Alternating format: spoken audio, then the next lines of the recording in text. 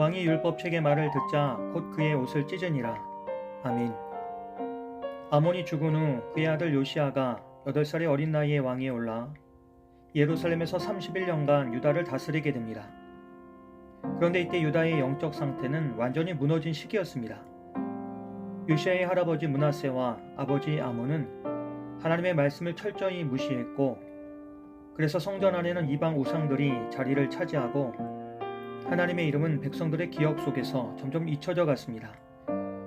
그렇게 57년 동안 유다는 영적으로 가장 어두운 터널을 지나고 있었습니다. 하지만 그 어둠 가운데서도 하나님은 한 사람을 조용히 준비하고 계셨습니다.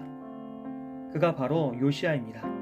그렇게 요시아는 어려서부터 하나님을 경외하며 여호와 보시기에 정직하게 행하였고 조상 다윗의 길을 따르며 좌우로 치우치지 않았다고 성경은 전합니다.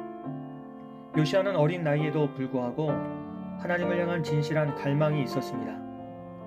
역대하서의 말씀에 보면 요시아는 16살이 되던 해부터 하나님을 찾기 시작했고 20살이 되던 해에는 온 유다 땅의 산당과 아세라 목상 그리고 우상들을 제거하는 종교 개혁을 단행합니다. 이는 그의 신앙에서 비롯된 결단이었습니다. 또한 요시아는 통치 18년째 되던 해에는 성전 수리를 지시합니다. 무너진 성전을 다시 세우려는 그의 마음은 단순한 건물 복원이 아니라 잊혀진 신앙의 중심을 회복하려는 의지의 표현이었습니다.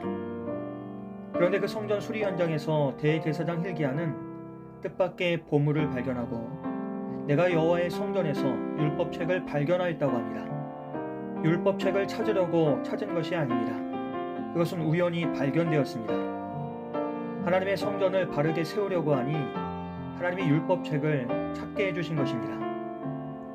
그런데 이 사실은 당시 유다가 얼마나 하나님의 말씀과 멀어져 있었는지를 단적으로 보여줍니다. 성전은 있었고 제사도 드렸지만 그 안에 말씀이 없었던 것입니다. 종교적인 행위는 계속되었지만 하나님의 말씀은 더 이상 삶의 기준이 아니었습니다. 대제사장 hil기야에게서 서기관 사반이 율법책을 건네받고 그것을 사반이 왕 앞에서 읽자 요시아는 옷을 찢으며 슬퍼합니다. 요시아는 하나님께서 명하신 법과 계명을 제대로 알지 못했고 지키지 않았던 유다의 현실에 대해 통회하며 회개합니다.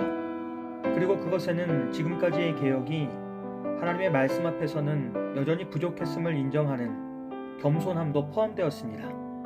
그렇게 율법책을 발견하고 그 말씀을 들음으로 요시아의 개혁은 방향과 기준이 더 분명해집니다.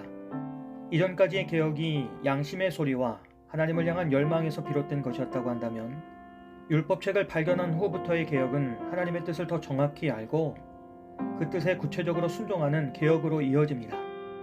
이제 요시아는 자기 생각이나 주변 상황이 아니라 하나님의 말씀을 따라 나라를 다스릴 수 있게 된 것입니다. 우리는 종종 이 정도면 괜찮다는 생각으로 신앙생활을 이어가곤 합니다. 나름대로 예배를 드리고 도덕적으로 바르게 살며 다른 사람에게 해를 끼치지 않는다면 그것으로 충분하다고 여깁니다. 그러나 이런 태도는 어느 순간 말씀을 가까이 하지 않게 만들고 신앙이 습관에 머물게 할 수 있습니다. 그렇게 되면 우리는 점점 하나님의 뜻보다는 인간적인 기준에서 자기 생각에 따라서 살아가게 됩니다. 하지만 성경은 우리를 그 이상의 삶으로 부르십니다. 하나님의 말씀은 우리의 한계를 드러내고 사람의 생각으로는 도달할 수 없는 하나님의 뜻을 비추어 줍니다. 그래서 요시아 왕의 이야기는 좋은 예가 됩니다. 그는 율법책을 발견하기 전에도 선한 왕이었습니다. 어린 나이에 왕위에 올랐지만 그는 하나님을 찾고 우상을 제거하는 등 하나님의 뜻을 따르려고 애썼습니다. 그러나 율법책, 곧 하나님의 말씀이 발견된 후부터 그의 통치는 분명히 달라졌습니다. 말씀은 요시아에게 보다 분명한 기준과 방향을 제시했고 그는 그 말씀에 따라 나라를 새롭게 정비하며 하나님의 뜻에 더욱 합당한 통치를 이루어갔습니다. 이것은 오늘날 우리에게도 동일하게 적용될 수 있습니다. 우리는 말씀 없이도 나름의 기준에 따라 성실하게 살아갈 수 있습니다. 그러나 하나님의 말씀이 우리 삶의 중심이 될 때에야 비로소 우리는 하나님이 보시기에 올바른 삶을 살아갈 수 있습니다.